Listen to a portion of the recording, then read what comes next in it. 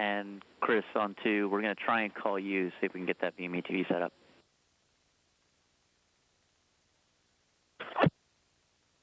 Okay, yeah, it just says whenever I try to call VME TV, it says just unable to take your call.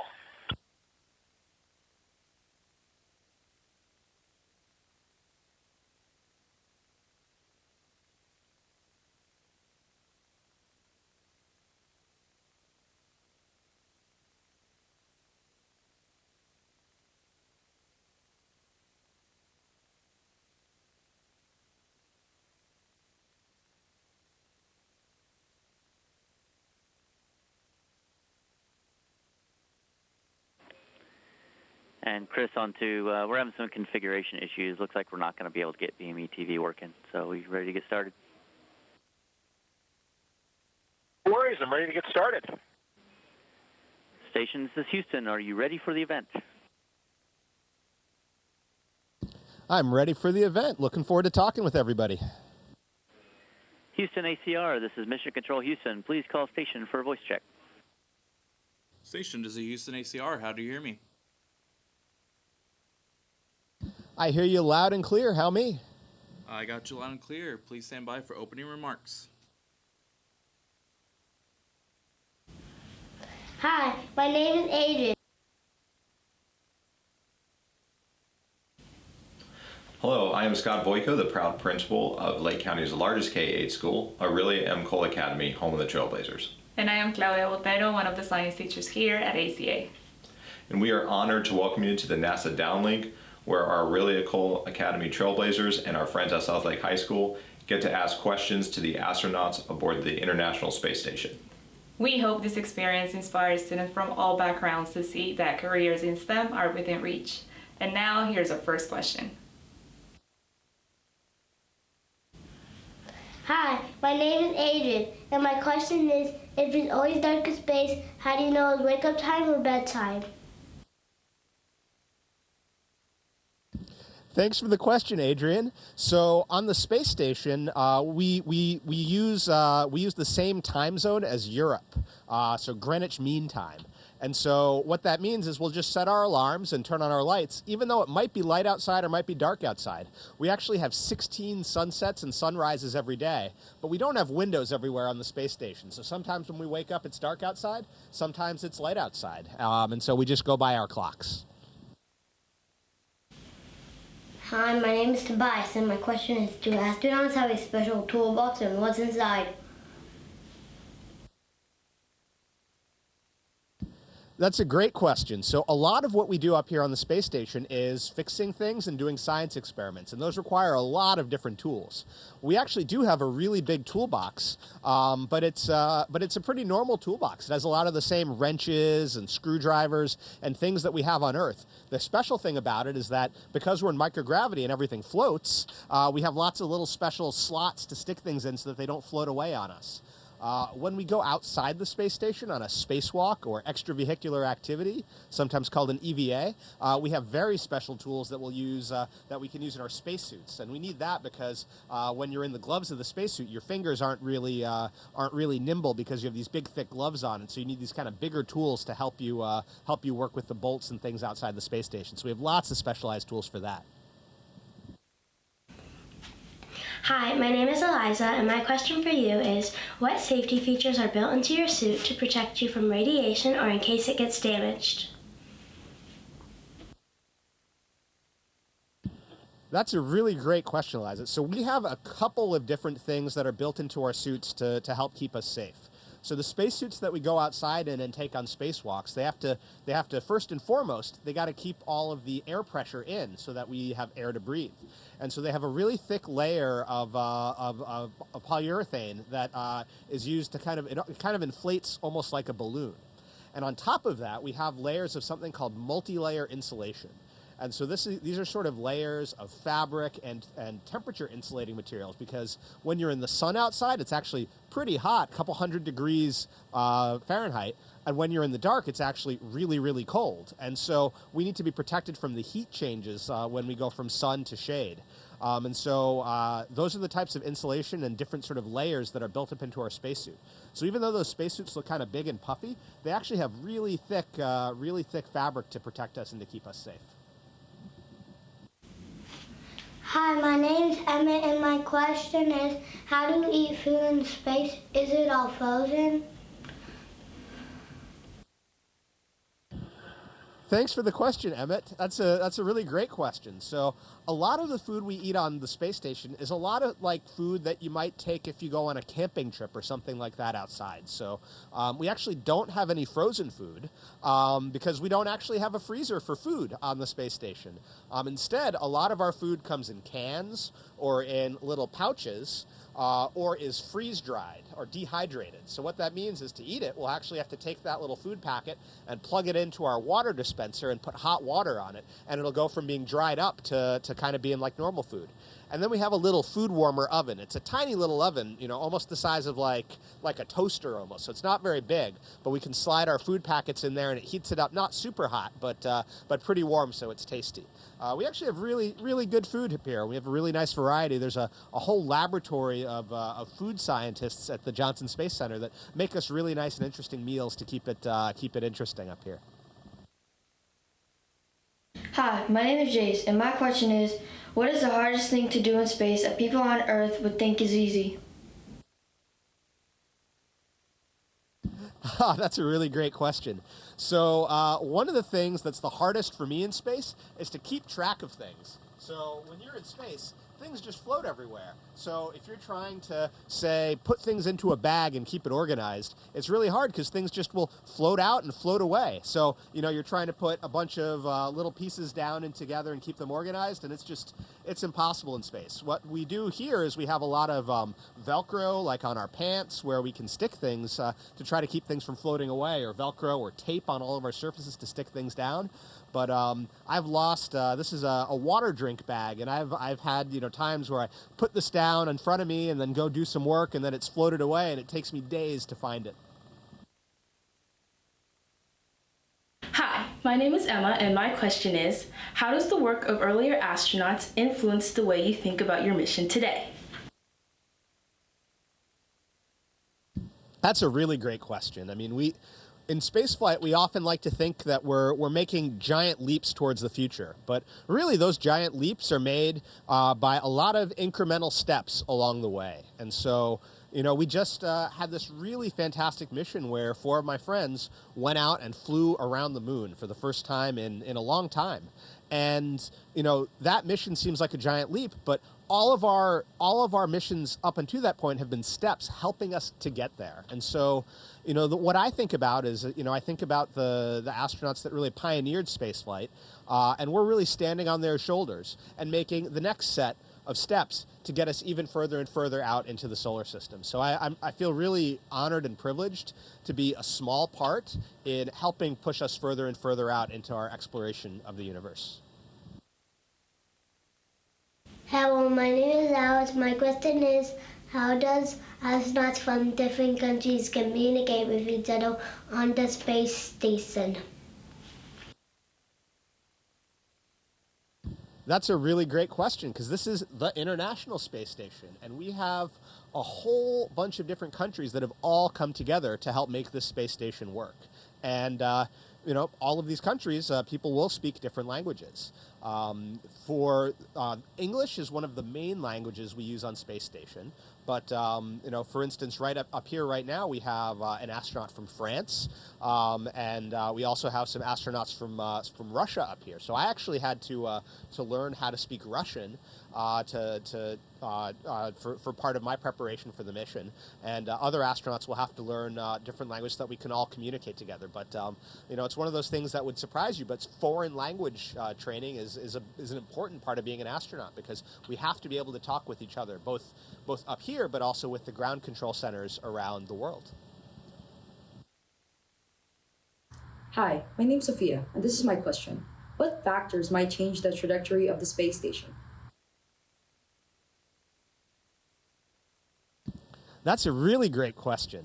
So the space station is orbiting 250 miles above the Earth, going about 17,500 miles an hour. And we change that orbit occasionally because even that high up, there's still a very little bit of atmosphere that will slow us down eventually. And if we slow down, then we would fall out of orbit and come back to Earth, and we don't want that.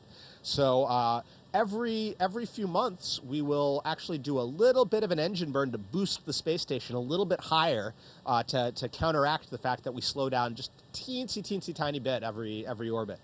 The other thing that causes us to change our position or how we orbit is if there might be some space junk in the way. We have a whole ground team that's looking out there using radar and other means to track objects that are in Earth's orbit. And if any of these are going to get close to the space station, they let us know, and we calculate an engine burn to move the space station a tiny bit so that we stay safe and don't have any risk of hitting anything. Hi, my name is Jameer, and my question is there a particular experiment or daily habit that helped you create a sense of normalcy while you float so far away? That's a great question. It's really important to feel like things are normal, even though this is a pretty unusual place to be. There's a couple things for me that help create a sense of normalcy or help create a sense of routine. I think every morning having a little bit of breakfast and having a cup of coffee and catching up on the news of the day type of the thing is helpful for me to feel like I'm back at home. One thing that's part of my routine that I actually really enjoy doing that for me doesn't create a sense of normalcy is every evening I try to take a little bit of time. We have a module on the space station called the cupola that has windows basically on a whole half of it and lets us look out and see the entire Earth below us. And every evening I try to go and spend at least 5 or 10 minutes just sitting in the cupola, not doing anything but looking out at the Earth. And for me, that helps me maintain a sense of wonder and joy about being up here because we're busy, we're doing a lot of work, and every day it can feel like we're just working. But taking the time to stare out the window, look at the beauty of our home planet, and think about that, it really helps me appreciate what a special opportunity this is and how and it really makes me want to share that with everybody. Hi, my name is Melody, and my question is, how do you navigate the International Space Station to avoid obstacles? Yeah, so that's a great question. So, as I was saying before, there are all these little bits of space junk or other satellites that might sometimes get close to us. And when that happens, it's called a conjunction. It's when our two orbits kind of cross. And so by using the engines on some of the spaceships that are attached to the space station, we can actually change where we're going. And if we can figure out when there's an obstacle ahead, and especially if we have a lot of time before, we can make just a very small change in our speed, like less than just a tiny meter or two a second of speed change, which is not very much, but that can actually make us miss the obstacle by many miles. Hello, my name is Molly, and my question is, who determines the experiments you perform on station, and is it based on a current problem on Earth or curiosity? That's a great question, Molly. So one of the coolest things that we get to do up here on the space station is science experiments. And what we're actually doing, so the International Space Station is actually a national lab. And so the science experiments that we do up here are things that come from scientists all across the country and all across the world. And they come up with great ideas and submit proposals for research that they want to do up here. And then they work to develop with our ground teams to develop these experiments and to send them up.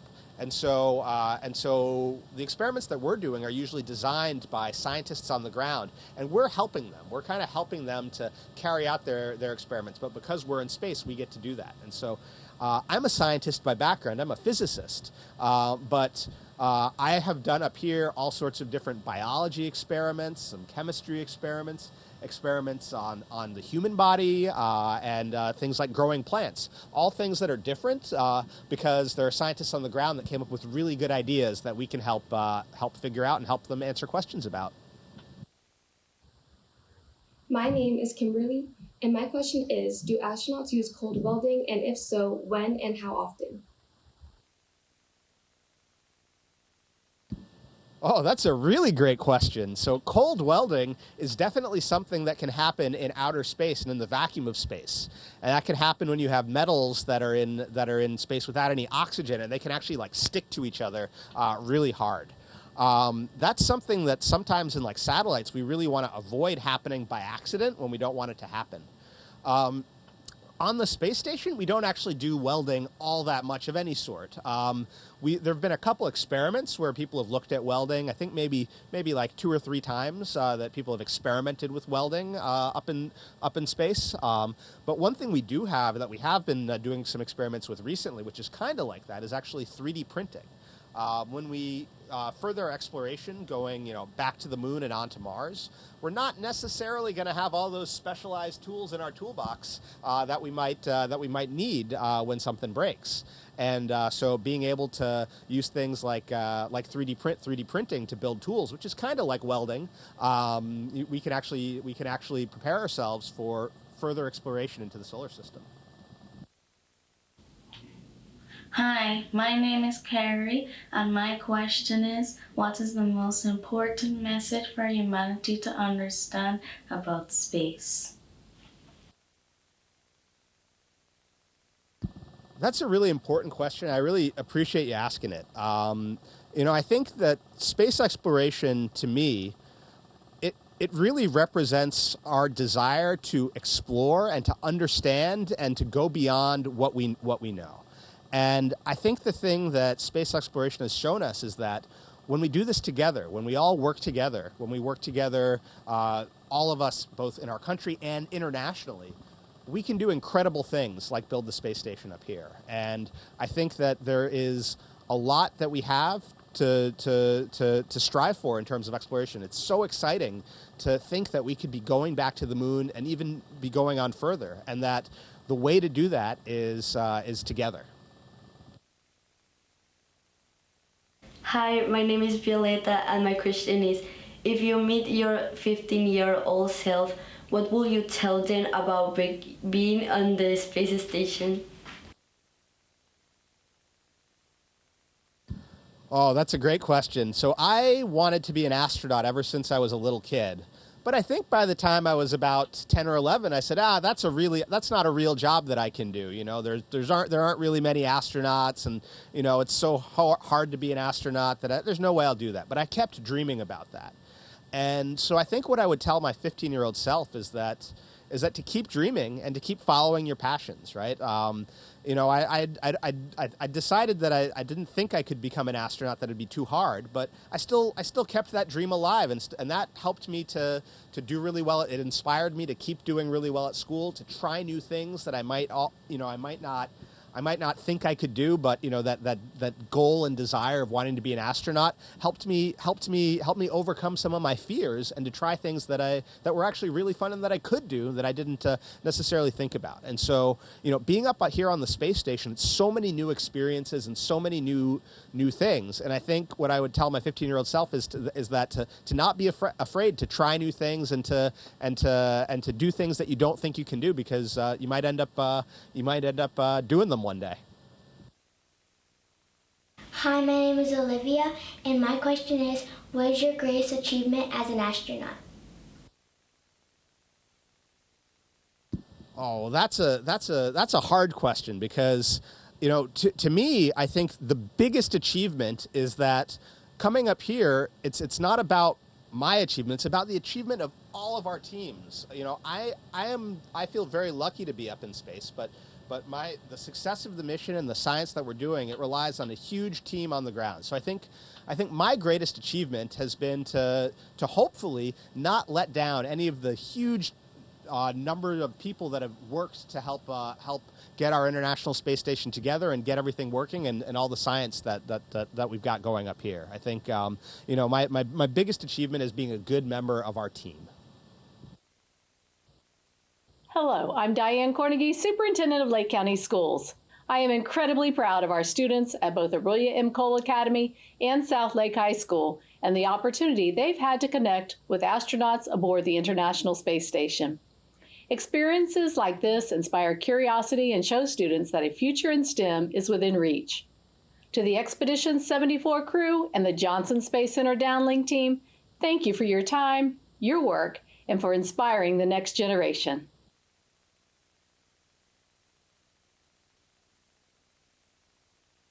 It's been an absolute pleasure speaking with you, and I really appreciate all the questions. Thank you guys so much.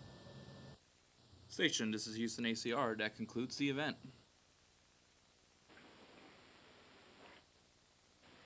Thank you to all participants. Station, we are now resuming operational audio communications.